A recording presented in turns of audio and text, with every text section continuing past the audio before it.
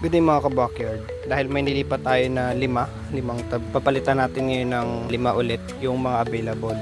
Kinuha ko lang ay 4. Gawa ng, ayan, naglalaglag na sila. Kasi may isa o dalawa ako nakuha dito na bago lang.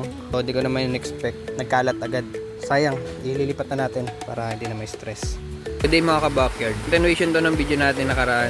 Nailipat ko na pala yung mga buried. May mga available pa tayo. Bibili tayo ng ilan pa. Tapos yun sa taas, tatanggalin ka na yan. Palitan natin ng mga ganito, mga tab. About sa post ko, sagutin natin yung isang comment. Ako sana mag-start ako, pero nasyak ako sa post mo. Ano ba ang dahilan at nasabi mo pong crayfish industry is dead?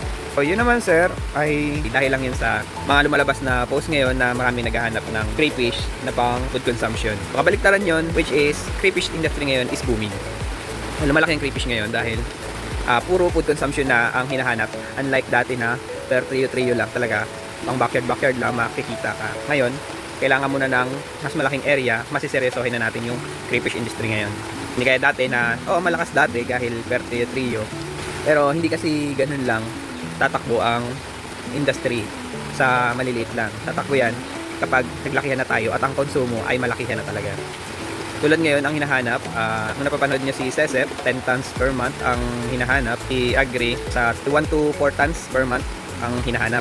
May ano naman ako dati, si Osdon, ang napoproduce nila sa 0.8 hectares nila ay nasa 300 to 500 kilos per month. Ngayon sila yung mga naano ko na mga big, pero may mga big farm pa na hindi ko naman kilala rin. So sila lang nadidinig ko. So crayfish industry is booming. So para sa food consumption, which is yun talaga ang unang target natin na. Kaya naman tayo hindi pa nakakapagpalaki dahil wala tayong area na malaki, wala tayong pamuhunan. About sa before issue, so sasagutin nga next video. I-share ko sa inyo ang insight ko para doon. So maraming against, marami namang pabor, pero yun kanilang paniniwala at pananaw sa about sa business. Lahat naman ng business may against, may pabor. Nakadepende talaga yan sa tao. So yun lang, pag-usapin natin yung next video.